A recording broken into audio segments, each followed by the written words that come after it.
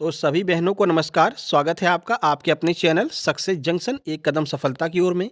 मेरा नाम है अतुल शुक्ला और हम लेकर के आ गए हैं आपके लिए पोषण एवं स्वास्थ्य का प्रैक्टिस सेट नंबर 5। जैसा कि आपको पता है, पोषण एवं स्वास्थ्य आपके एग्जाम में 55 नंबर का आने वाला है और आपकी एग्जाम डेट 28 फरवरी है। 28 फरवरी से एग्जाम आपका शुरू होने वाला है और ये जो सब्जेक्ट है, ये आपके सिलेक्शन में महत्वपूर्ण भूमिका निभाने वाला है। तो इसी का प्रैक्टिस सेट नंबर 5 लेकर के आ गए हैं। इससे पहले सभी सब्जेक्ट के 4-4 प्रैक्टिस सेट ऑलरेडी करा चुके हैं, तो वो भी आप देख सकते हैं। चैनल के अंदर प्लेलिस्ट बनी हुई है महिला परीक्षक फ्री क्लास के नाम से, वहाँ पर जाकर के आप लोग देख सकते हैं, ठीक है?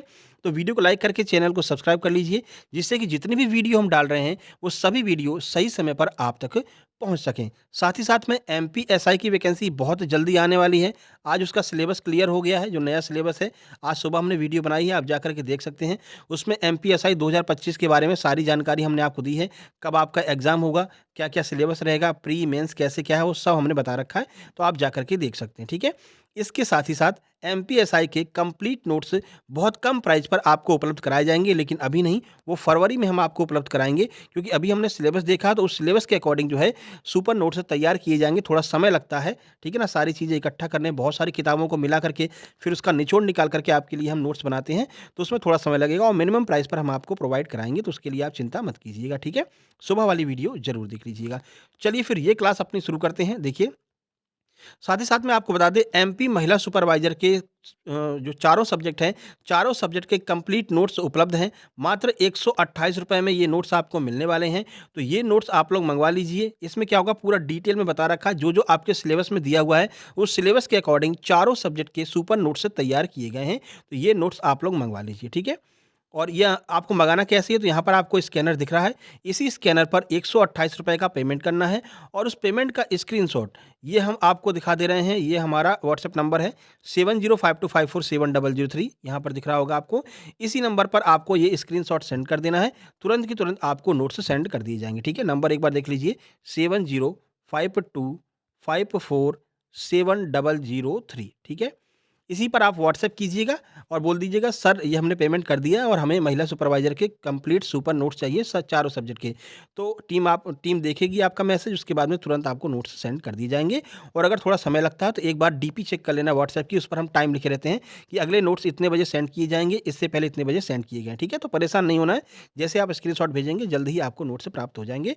तो वहाँ से नोट्स लेकर के अपना कंप्लीट सिलेबस कर लीजिए। अभी आपके पास में 30 से 32 दिन का समय है। इतने दिन में आप आराम से जो है अपना सिलेबस कंप्लीट कर सकते हैं। इस तरह से हमने इन नोट्स को डिज़ाइन किया है, ठीक है? बाकी एमसीक्यू की प्रैक्टिस हम डेली आपकी यहाँ पर करा रहे हैं, तो आपकी बेहतरीन तैयारी हो जाएगी और फुल कॉन्फिडेंस के साथ में आप एग्ज़ाम देने जाएँगे और 660 में से 1 सीट अपनी ज़रूर पक्की करेंगे, ठीक है?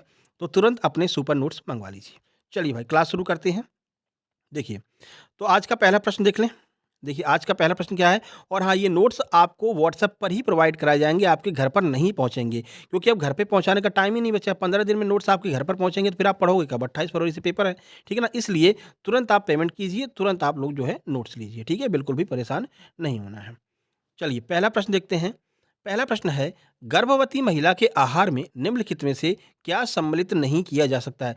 अगर कोई लेडीज़ प्रेग्नेंट है, तो इनमें से कौन-सी ऐसी चीज़ें हैं जो उस लेडीज़ को नहीं लेना चाहिए? फल और सब्जियाँ, दूध और दुग्ध उत्पाद, शराब और धूम्रपान, अनाज और दालें। कौन-सी ऐसी चीज़ है जो व उस महिला को नहीं लेना चाहिए? आइए आंसर देखें। प्रश्न का सही आंसर ऑप्शन नंबर सी है, यानी कि शराब और धूम्रपान। ये कभी भी एक प्रेग्नेंट लेडीज़ को नहीं लेना चाहिए। क्यों नहीं लेना चाहिए? आइए देख लीजिए। शराब जो है माँ के रक्त से, मतलब माँ के रक्त में अगर शराब जाती है, तो वह शिशु के रक्त में प्रवेश कर सकती है और गंभीर समस्याएँ उत्पन्न कर सकती है उस बालक के लिए जो पेट में पल रहा है। इसके बाद, गर्भावस्था के दौरान धूम्रपान करने से विकासशील शिशु के स्वास्थ्य समस्याओं का खतरा बढ़ जाता है, जिससे समय से पहले शिशु का जन्म हो सकता है, कम वजन हो सकता है, मुंह तथा होंठों के रोग हो सकते हैं उस शिशु को। इसलिए कभी भी एक प्रेग्नेंट लेडीज को कभी भी शराब और धूम्रपान, यानी कि स्मोकिंग और ड्रिंकिंग नहीं करना चाहिए। चलिए आगे बढ़ते हैं, अगला प्रश्न। और ये सारे प्रश्न जो हैं वो आपके एग्ज़ाम में आए हुए हैं और जिनके आगे आने की बहुत ज़्यादा संभावना है। जैसे राजस्थान में आपका एग्ज़ाम हुआ है, छत्तीसगढ़ में महिला परीक्षक का एग्ज़ाम हुआ है, तो वहाँ से भी हमने प्रश्नों को उठाया है। यही सारे प्रश्न बार-बार आपके एग्ज़ाम में रिपीट होंगे, तो बिल्कुल भी आपको परेशान नहीं होना है। चलिए, प्रश्न नंबर 2 है, निम्नलिखित में से खसरे के लिए कौन उत्तरदायी है? यानी जो खसरा है वो किसकी वजह से होता है? वायरस की वजह से होता है, बैक्टीरिया की वजह से होता है, जीवाणु, विषाणु, शैवाल या फिर कवक, किसकी वजह से खसरा नामक रोग हो जाता है? आइए आंसर देखें। प्रश्न का सही आंसर ऑप्शन नंबर बी है, यानी कि वायरस, विषाणु की वजह से खसरा हो जाता है। अब खसरा फैलता कैसे है और इसके बचाव के लिए क्या करना रहता है, वो भी देख लीजिए। तो खसरा एक विषाणु जन्य रोग है। यह मुख्य रूप से संक्रमित व्यक्तियों के खांसने या छींकने पर वायु जनित श्वसन बूंदों के माध्यम से फैलता है। जैसे कि अगर कोई खसरा वाला व्यक्ति से खसरा है, वो यहाँ पर है, ठीक है? और आप अगर यहाँ पर खड़े हैं, ठीक है? और उसको छींक आ गई या फिर वो खाँस दिया, तो उसके जो वायरस होंगे वो आप तक पहुँच जाएँगे और आपको भी खसरा हो जाएगा। तो यह जो है, अभी ऐसा लग रहा है दोनों लड़ रहे हैं, ठीक है ना? अब अपनी ड्राइंग ऐसी है, क्या करें? ठीक है, कोई दिक्कत नहीं है, मिटा ही देते हैं। समझ में आ गया ना आपके कि खसरा कैसे फैलता है, ठीक है? और इसके बचाव के लिए ये जो टीका है वो मोस्ट इम्पोर्टेंट है। खसरे के बचाव के लिए अत्यधिक प्रभावी टीका कौन-सा है? एमएमआर का टीका लगाया जाता है खसरे से बचाव के लिए। आगे बढ़ते हैं, अगला देखिए। क्वेश्चन नंबर 3 देखिए। क्वेश्चन नंबर 3 है, निम्नलिखित में से कौन-सा विटामिन शरीर में संश्लेषित हो जाता है? ऐसा कौन-सा विटामिन है जो स्वयं से शरीर में संश्लेषित हो जाता है? ऑप्शन देखिए, vitamin A, vitamin B, vitamin C या फिर विटामिन डी। कौन-सा ऐसा विटामिन है जो शरीर में खुद से ही संश्लेषित हो जाता है, यानी खुद ही बन जाता है शरीर के अंदर? आइए देखें। सही आंसर ऑप्शन नंबर डी है। जो विटामिन डी होता है, वो खुद ही शरीर के अंदर बन जाता है। कैसे बनता है? आइए देख लेते हैं। तो विटामिन डी सभी विटामिनों से अलग है, क्योंकि इसे सूर्य के प्रकाश में उपस्थित पराबैंगनी किरणों के संपर्क में आने पर त्वचा के द्वारा खुद ही बना लिया जाता है। जैसे ये सूर्य है, ठीक है? सूर्य से जो रोशनी आती है, सूर्य भगवान को हंसा देते हैं। सूर्य से जो रोशनी आती है वो आपके त्वचा के संपर्क में आती है, और त्वचा के संपर्क में आते ही अपने आप ही विटामिन डी आपके शरीर में बन जाता है। अब विटामिन डी क्यों आवश्यक है? तो हड्डियों के लिए यह विटामिन बहुत ज़्यादा आवश्यक है। विटामिन डी की कमी से हड्डियों से संबंधित रोग हो जाते हैं, और विटामिन डी पर्याप्त मात्रा में धूप वगैरह अगर आप लेंगे तो आपकी हड्डियाँ मजबूत रहेंगी। चलिए क्वेश्चन नंबर 4 देखते हैं। क्वेश्चन नंबर 4 है, गर्भावस्था के दौरान खराब ढंग से नियंत्रित मधुमेह किसका जोखिम बढ़ा सकता है? अगर कोई लेडीज प्रेग्नेंट है और उसको डायबिटीज़ है और उस पर ध्यान नहीं दिया जा रहा है, तो कौन से ऐसे जोखिम हैं जो बढ़ सकते हैं उस महिला के लिए जो बच्चे को जन्म देने वाली है? देखिए, ऑप्शन नंबर ए है प्री एक्लेम्पिया, समय से पहले प्रसव, शल्य क्रियात्मक जन्म या फिर उपरोक्त सभी। कौन से ऐसे कारण हैं जो मधुमेह की वजह से हो सकते हैं महिला में? आंसर की बात करें, ऑप्शन नंबर डी सही है, यानी कि ये सारे जो आपको दिखाई दे रहे हैं ऑप्शन, ये सारे ऑप्शन सही हैं। ये सारी समस्याएं उस महिला को हो सकती हैं अगर डायबिटीज है प्रेगनेंसी के दौरान और उस पर ध्यान नहीं दिया गया। अब ये क्या होता है, ये तो आप जानते हैं। समय से पहले प्रसव का अर्थ है कि समय से पहले बच्चे का जन्म हो जाएगा। 9 महीने तक कम से कम बच्चा पेट में रहना चाहिए। लेकिन अगर डायबिटीज कंट्रोल नहीं हुआ तो ये टाइम से पहले बच्चे का जन्म हो जाएगा, जो कि हानिकारक होता है। ठीक है। शल्य चिकित्सा से जन्म का अर्थ है कि ऑपरेशन के द्वारा ही उस बच्चे का जन्म होगा, नॉर्मल डिलीवरी नहीं हो सकती है अगर डायबिटीज आपकी ज़्यादा है तो। ठीक है। बाकी ये प्री एक्सलेम्पिया क्या होता है, आइए बता देते हैं। देखिए देखिए तो प्री एक्सप्लेसिया जो है एक ऐसी स्थिति है जिसमें गर्भावस्था के दौरान उच्च रक्तदाब यानी कि हाई ब्लड प्रेशर हो जाता है। यकृत तथा वृक्क जैसी अंगों को क्षति भी हो सकती है। तो यह जो है डायबिटीज की वजह से ये जो रोग है वो हो जाता है। आगे बढ़िए, नंबर 5। क्वेश्चन नंबर 5 है, नाभि रज्जु के संक्रमण के संकेत में क्या-क्या शामिल है? बच्चे के जो पेट में नाभि होती है, ठीक है? उसमें संक्रमण हो जाता है। तो कैसे पता चलेगा कि इसमें संक्रमण हो गया है? उसके जो है आपके लक्षण क्या-क्या होते हैं? देखिए, तो ये है आधार का लाल या फिर सूजा हुआ दिखना, रक्त बहते रहना, पीला या फिर सफ़ेद मवाद निकलना या फिर उपरोक्त सभी। कौन से ऐसे लक्षण हैं जिनसे हम यह पता लगा सकते हैं कि उसको नाभि का संक्रमण हो गया है? ऑप्शन नंबर डी सही है, यानी कि जो नाभि का आधार होगा वो लाल हो जाएगा और सूजा हुआ आपको दिखाई देगा, ठीक है?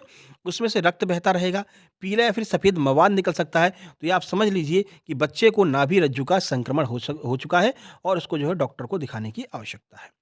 अगला देखिए, क्वेश्चन नंबर 6, काला अज़ार नियंत्रण कार्यक्रम किस वर्ष प्रारंभ हुआ था? मोस्ट इंपोर्टेंट है, ठीक है? 1980-81 में, 1990-91 में, 2000-2001 में या फिर 2006-2011 में? आइए आंसर देखें। सही आंसर ऑप्शन नंबर बी है, यानी कि 1990 और 91 के दौरान काला अज़ार नियंत्रण कार्यक्रम शुरू किया गया था। फैक्ट वाला प्रश्न है, कुछ ज़्यादा बताने को इसमें है नहीं, ठीक है? आगे बढ़ते हैं। अगला देखिए, क्वेश्चन नंबर 7, किस अभावजन्य रोग को 3D कहा जाता है, यानी 3D कहा जाता है? कौन सा ऐसा रोग है जिसे हम 3D के नाम से जानते हैं? स्कर्वी, बेरी-बेरी, पेलाग्रा या फिर रिकेट्स? आइए देखें आंसर। सही आंसर ऑप्शन नंबर सी है, यानी कि जो पेलाग्रा नामक रोग होता है उसे हम 3D रोग कहते हैं या फिर 3D रोग कहते हैं। देखिए, पेलाग्रा जिसे 3D रोग कहा जाता है, नियासिन यानी विटामिन बी3 की कमी के कारण होता है। विटामिन बी3 का नाम नियासिन होता है। तो विटामिन बी3 की कमी से पेलाग्रा नामक रोग हो जाता है, यह भी आपको याद रखना है। आगे बढ़ते हैं, अगला क्वेश्चन नंबर 8 आपके सामने है। देखिए, जो लोग पीडीएफ नोट से अच्छे से तैयारी करके आए होंगे, वो ये सारे क्वेश्चन आराम से लगा रहे होंगे। पीडीएफ नोट्स में हमने पूरा जो है आपका सिलेबस के अकॉर्डिंग सारे सब्जेक्ट को कवर किया है। प्रोटीन की कमी से कौन-सा रोग हो जाता है? खाँसी होती है, जलन होती है, पेशी क्षय या फिर इनमें से कोई नहीं? पेशी क्षय का अर्थ है कि जो आपकी मांसपेशियाँ होती हैं, उनमें जो है हानि हो सकती है या फिर नुकसान हो सकता है। प्रोटीन की कमी से कौन-सा रोग हो जाता है? आंसर देखें, सही आंसर ऑप्शन नंबर सी है, यानी कि पेशीय क्षय हो जाता है, यानी हड्डियाँ कमज़ोर हो जाती हैं, मांसपेशियाँ कमज़ोर हो जाती हैं, अगर प्रोटीन की कमी शरीर में हो जाएगी तो।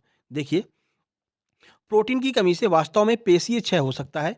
पेशियाँ काफ़ी हद तक प्रोटीन से बनी होती हैं और उनके विकास या फिर रखरखाव के लिए प्रोटीन के सेवन की आवश्यकता होती है। तभी आप देखते हैं कि जो एक बॉडी बिल्डर होता है, यानी कि जो जिम जा रहा है, उनको आप देखोगे कि वो जो है मतलब हमेशा जो है प्रोटीन का डिब्बा रखे रहेंगे, भैया हम तो प्रोटीन का डिब्बा खा रहे हैं, ठीक है ना? वो क्यों खाते हैं? क्योंकि उनकी जो मांसपेशियाँ होती हैं, उनको मजबूत करना रहता है और ये जो सारी मांसपेशियाँ हैं, आपकी सारी हड्डियाँ हैं, ये प्रोटीन की बनी रहती हैं। इसीलिए प्रोटीन को शरीर का बॉडी बिल्डर भी कहा जाता है, यह भी आपको याद रखना है, ठीक है? सारी चीज़ें समझ में आ रही हैं तो कमेंट बॉक्स में कमेंट ज़रूर कीजिएगा। आपके कमेंट हमारे लिए पेट्रोल का काम करते हैं, ठीक है ना? हमको और ऊर्जा देते हैं नई-नई और अच्छी वीडियो बनाने के लिए। तो कमेंट बॉक्स में कमेंट ज़रूर कीजिएगा और इसको शेयर कर दीजिएगा अपने सभी दोस्तों के पास में, अपने सभी बहनों के पास में। नंबर 9, अवांछनीय परिणाम के जोखिमों के बिना गर्भाधान करने हेतु उपयुक्त आयु सीमा क्या है? यानी कि वह एज कौन-सी होती है जिसमें कि कोई मतलब दिक्कत नहीं रहती है प्रेगनेंसी होने में, ठीक है ना? ऐसी कौन-सी एज है? 17 से 30 वर्ष, 20 से 35, 25 से 40 या फिर 25 से 50? कौन-सी ऐसी एज है जिसमें आसानी के साथ में जो है प्रेगनेंसी हो सकती है और बच्चे का जन्म आसानी से हो जाता है, ज़्यादा किसी दिक्कतों का सामना नहीं करना पड़ता है? देखिए, तो एक आदर्श एज क्या होती है? ऑप्शन नंबर बी आपका सही है, 20 से 35 वर्ष की वह एज होती है। देखिए, तो 20 से 35 वर्ष इस सीमा को सामान्य जैविक रूप से महिलाओं के गर्भाधान के लिए सबसे अच्छे समय के रूप में रेखांकित किया जाता है, क्योंकि माना जाता है कि 20 वर्ष से 35 वर्ष के अंत तक प्रजनन क्षमता अपने चरम पर होती है, जिससे जोखिमों और जटिलताओं का स्थान कम होता है। यानी कि ये जो एज है, ये प्रजनन क्षमता के लिए सबसे अच्छी एज मानी जाती है। आगे बढ़ते हैं, अगला देखिए। अगला क्वेश्चन नंबर 10 देखिए, क्वेश्चन नंबर 10 है, मेरास्मस से पीड़ित बच्चों में निम्नलिखित में से कौन-सा नैदानिक प्रकटन दिखाई देता है? अगर कोई बच्चा जो है मेरास्मस से पीड़ित है, तो कौन-सा ऐसा आपको जो है कमी दिखाई देगी उस बच्चे के अंदर? सामान्य से कम उसका टेम्परेचर रहेगा, निर्जलीकरण रहेगा, यानी कि बच्चा जो है वो डिहाइड्रेटेड रहेगा, पानी से अतिसार यानी कि उसको दस्त वगैरह होते रहेंगे या फिर उपरोक्त सभी? तो जो बच्चा मेरास्मस से पीड़ित है, कौन से लक्षण आपको दिखाई देंगे? ऑप्शन नंबर डी सही है, यानी कि ये सारे लक्षण आपको दिखाई देंगे अगर बच्चा मेरास्मस रोग से पीड़ित है। यानी बच्चे का जो टेम्परेचर है वो बाकी लोगों की अपेक्षा कम रहेगा, ठीक है? उसको डिहाइड्रेशन की प्रॉब्लम बनी रहेगी और उसको दस्त होते रहेंगे, तो समझ लीजिए कि मेरास्मस के ये लक्षण दिखाई दे रहे हैं। अगला देखिए, क्वेश्चन नंबर 11। क्वेश्चन नंबर 11 है, 9 माह की आयु पर खसरे के टीके के साथ में दी गई विटामिन ए की पहली खुराक कितनी होती है? यानी अगर बालक 9 महीने का है, तो खसरे का टीका जब लगता है, तो उसके साथ में विटामिन ए की कितनी खुराक दी जाती है? आइए देख लेते हैं। 1 लाख यूनिट, 1000 यूनिट, 20,000 यूनिट या फिर इनमें से कोई नहीं? सही आंसर आपका ऑप्शन नंबर ए है, यानी कि 1 लाख यूनिट की खुराक उसको दी जाती है 9 माह की एज में। देखिए, जब 9 माह का बच्चा होगा, तो उसको एक टीका लगेगा और विटामिन ए की खुराक उसको मुँह से पिलाई जाएगी। देखिए, विश्व स्वास्थ्य संगठन यानी कि डब्ल्यूएचओ के दिशा निर्देश के अनुसार 6 से 11 महीने की आयु के शिशुओं को विटामिन ए की खुराक 1 लाख यूनिट दिया जाना आवश्यक रहता है। तो जब बालक 6 से 11 के बीच में होता है, तो वही खसरे का टीका भी लगता है और विटामिन ए की खुराक भी दी जाती है। चलिए अगला क्वेश्चन देखते हैं, क्वेश्चन नंबर 12। वह प्रक्रिया जिसके द्वारा व्यक्ति का प्रतिरक्षा तंत्र किसी एजेंट के विरुद्ध दृष्टिकृत हो जाता है, क्या कहलाती है? यानी कि अगर किसी मान लीजिए कोई व्यक्ति है, ठीक है? उसके अंदर कोई कीटाणु पहुँच गया, तो जो अपना प्रतिरक्षा तंत्र होता है, वो दृष्टिकृत दृष्टिकृत का अर्थ है कि एक्टिव हो जाता है। इस प्रक्रिया को हम क्या कहते हैं? पोषण कहते हैं, प्रतिरक्षीकरण कहते हैं या फिर ऑप्शन सी है कुपोषण कहते हैं या फिर इनमें से सभी? सही आंसर आपका ऑप्शन नंबर बी हो जाएगा, यानी कि इस प्रक्रिया को हम प्रतिरक्षीकरण कहते हैं। देखिए, तो प्रतिरक्षीकरण एक ऐसी प्रक्रिया है जिसके द्वारा किसी व्यक्ति का प्रतिरक्षा तंत्र किसी एजेंट अर्थात दुश्मन के विरुद्ध दृष्टिकृत या फिर मजबूत हो जाता है, उससे लड़ने को वह तैयार हो जाता है। इस प्रक्रिया को हम प्रतिरक्षीकरण कहते हैं। आगे देखिए, क्वेश्चन नंबर 13 आपके सामने है। मोस्ट इंपोर्टेंट प्रश्न है ये आईसीडीएस वाला, जितना भी चैप्टर है आईसीडीएस वाला वो सब आपके लिए महत्वपूर्ण है और आईसीडीएस को हमने अपने पीडीएफ नोट्स में बहुत डिटेल में कवर किया है, जरूर देखिएगा, ठीक है? देखिए, आईसीडीएस में संशोधित पोषण संबंधी मानदंडों के अनुसार गर्भवती महिला और स्तनपान करा रही महिलाओं को दी जाने वाली ऊर्जा एवं प्रोटीन की मात्रा क्रमशः कितनी होनी चाहिए? यानी कि अगर कोई लेडीज प्रेग्नेंट है या फिर वो स्तनपान करा रही है, तो बताइए कितना उसको ऊर्जा और प्रोटीन देना चाहिए? 200 किलो कैलोरी, 10 से 12 ग्राम। अब ऑप्शन नहीं पढ़ते, सीधे आंसर देखते हैं। सही आंसर ऑप्शन नंबर सी है, यानी कि 600 किलो कैलोरी उसको ऊर्जा दी जानी चाहिए और 18 से 20 ग्राम उसको प्रोटीन दिया जाना चाहिए। तो दोनों याद रखना, 600 किलो कैलोरी ऊर्जा, 18 से 20 gram protein. Option number C आपका बिल्कुल सही हो जाएगा। देखिए, तो आईसीडीएस, जिसे हम एकीकृत बाल विकास सेवाएं कहते हैं, भारत सरकार का एक कार्यक्रम है जो 6 वर्ष से कम उम्र के बच्चों और उनकी माता को भोजन, स्वास्थ्य देखभाल और पूर्व स्कूली शिक्षा प्रदान करता है और ये 1975 में शुरू किया गया था। इसके बारे में आपको डिटेल में हमने अपने पीडीएफ नोट्स में बता रखा है। अगला देखिए, क्वेश्चन नंबर 14, बीसीजी का फुल फॉर्म क्या होता है? ठीक है, ये पूछा गया है आपके एग्जाम में, मोस्ट इंपोर्टेंट है। बीसीजी का पूर्ण रूप क्या है? तो bacillus Guerin, bacteria cholera Guerin, या फिर ऑप्शन सी है बैसिलस कैलेमेट गुएरिन, या फिर इनमें से कोई नहीं। सही आंसर आपका ऑप्शन नंबर सी हो जाएगा, यानी कि जो बीसीजी का टीका है इसका फुल फॉर्म बैसिलस कैलेमेट गुएरिन होता है। ठीक है, और ये क्यों लगाया जाता है? तो बीसीजी का टीका क्षय रोग यानी कि टीबी के रोग से बचाव के लिए इस टीके को लगाया जाता है। लाइक जरूर कर दीजिएगा और शेयर भी जरूर कर दीजिएगा। डेली आपके लिए हम प्रैक्टिस सेट लेकर के आते रहते हैं और बीच बीच में टॉप 100 की सीरीज भी चल रही है। टॉप 100 में हमने आपको टॉप 100 योजनाएं करा दी हैं। ठीक है, उसके बाद में कल हमने एक्ट वाला आपका डाल दिया था, जो मुख्य अधिनियम और अधिकार हैं। तो टॉप 100 अधिनियम और अधिकार के प्रश्न भी कल हमने डाल दिए थे, जो भी एक्ट आपके एग्जाम में आने वाले हैं। 25 नंबर के मान के चलिए, आपके एक्ट 20 से 25 नंबर के आएंगे। इसकी भी वीडियो कल हमने बना के डाल दी है, तो आप लोग देख लेना जरूर। ठीक है, और जो नए लोग पीडीएफ मंगाएंगे, अब वो 128 रुपये का पेमेंट करके जो लोग पीडीएफ मंगाएंगे, उनको ये एक्ट और योजनाओं की पीडीएफ एक साथ में मिलेगी। और पुराने लोगों को हम 30 तारीख को ये पीडीएफ प्रोवाइड करेंगे, सारी पीडीएफ एक साथ में। तो जो पहले मंगा चुके हैं वो लोग परेशान मत होइए, सबको पीडीएफ मिल जाएगी। अभी आपको कोई मैसेज नहीं करना है। जो नए लोग होंगे उनको ये पीडीएफ एक साथ में लगी हुई मिलेगी, तो तुरंत अपने नोट्स मंगा लीजिए। चलिए, नंबर 15, सार्वभौमिक टीकाकरण कार्यक्रम के अंतर्गत टीकाकरण के द्वारा संरक्षित रोग कौन-कौन से, यानी जो आपका सार्वभौमिक टीकाकरण कार्यक्रम चालू किया गया है, उनमें कौन-कौन से रोगों से रक्षा के लिए ये टीकाकरण चालू किया है? डिप्थीरिया से, पोलियो से, टीबी से, या फिर सभी से? आइए आंसर देखें। प्रश्न का सही आंसर ऑप्शन नंबर डी है, यानी कि इन सभी रोगों से बचाने के लिए ये सार्वभौमिक टीका कार्यक्रम चालू किया गया है। इसका जो है शॉर्ट फॉर्म याद रखिएगा, सार्वभौमिक टीका कार्यक्रम, जिसे हम यूआईपी कहते हैं। भारत सरकार के द्वारा अपने नागरिकों को कुछ रोकथाम जन्य जो रोग होते हैं जिनको हम रोक सकते हैं, उससे बचने के लिए शुरू किया गया एक टीकाकरण कार्यक्रम है। तो यूआईपी जो है, इसी को हम सार्वभौमिक टीकाकरण कार्यक्रम कहते हैं। यह भी आपको याद रखना है। चलिए, क्वेश्चन नंबर 16, राष्ट्रीय स्तर पर एनआरएचएम किसकी अध्यक्षता में एक मिशन संचालन समूह है? यानी कि जो राष्ट्रीय स्तर पर एनआरएचएम है, इसकी अध्यक्षता कौन करेगा? केंद्रीय स्वास्थ्य मंत्री, केंद्रीय स्वास्थ्य एवं परिवार कल्याण मंत्री, केंद्रीय स्वास्थ्य एवं परिवार कल्याण सचिव, या फिर उपरोक्त दोनों, या फिर इनमें से कोई नहीं? आइए आंसर देखें। सही आंसर आपका हो जाएगा ऑप्शन नंबर ए, यानी कि केंद्रीय स्वास्थ्य एवं परिवार कल्याण मंत्री के द्वारा इसकी अध्यक्षता की जाएगी। देखिए, इसके बारे में कुछ जानकारी देख लीजिए। तो राष्ट्रीय ग्रामीण स्वास्थ्य मिशन, जिसे हम एनआरएचएम कहते हैं, हिंदी में इसे पैरा के नाम से जाना जाता है, राष्ट्रीय से लेकर के राज्य, जिला और समुदाय तक विभिन्न स्थानों पर संचालित होता है। ठीक है, तो राष्ट्रीय स्तर पर भी होता है, जिला स्तर पर भी होता है, समुदाय पर होता है। आपसे पूछा क्या है, राष्ट्रीय स्तर पर कौन इसकी अध्यक्षता करेगा? तो राष्ट्रीय स्तर पर इस मिशन का संचालन, समूह का नेतृत्व जो है कौन करता है? केंद्रीय स्वास्थ्य एवं परिवार कल्याण मंत्री के द्वारा इसका संचालन किया जाता है। क्वेश्चन नंबर 17 देखिए, पोषण की स्थिति का निर्धारण करने में किसकी महत्वपूर्ण भूमिका होती है? कैसे आपको पता चलेगा कि हाँ, ये जो बालक है उसकी पोषण स्थिति अच्छी होगी, इस बालक की पोषण स्थिति कमजोर होगी? कैसे पता चलेगा? सामाजिक एवं आर्थिक स्थिति से, सुंदरता देखकर, कपड़े देखकर, या फिर नींद का पैटर्न देखकर? आइए आंसर देखिए। सही आंसर ऑप्शन नंबर ए है, यानी कि सामाजिक और आर्थिक स्थिति से आप पता लगा सकते हैं इस व्यक्ति का जो है पोषण की स्थिति कैसी होगी। आप कैसे पता लगा सकते हैं, आइए देखते हैं। तो गुणवत्तापूर्ण खाद्य पदार्थ तक पहुंच, उच्च सामाजिक आर्थिक स्थिति वाले जो लोग होंगे, प्रायः विभिन्न प्रकार की उच्च गुणवत्ता वाले पोषक तत्वों से भरपूर जो है खाद्य पदार्थों तक बेहतर पहुंच होती है। यानी कि जिनके पास में पैसा होगा, सामाजिक स्थिति अच्छी होगी, वो लोग आसानी के साथ में सभी पोषण तत्व ले सकते हैं। वहीं निम्न आर्थिक स्थिति वाले लोग सस्ते और कम पौष्टिक विकल्पों तक ही सीमित रह जाते हैं। तो सामाजिक और आर्थिक स्थिति बहुत ज़्यादा डिपेंड करती है कि एक व्यक्ति कितना पोषण आहार ले सकता है और कितना पोषण आहार नहीं ले सकता है। तो सामाजिक और आर्थिक स्थिति महत्वपूर्ण भूमिका में रहती है। ऑप्शन नंबर ए आपका सही आंसर होगा।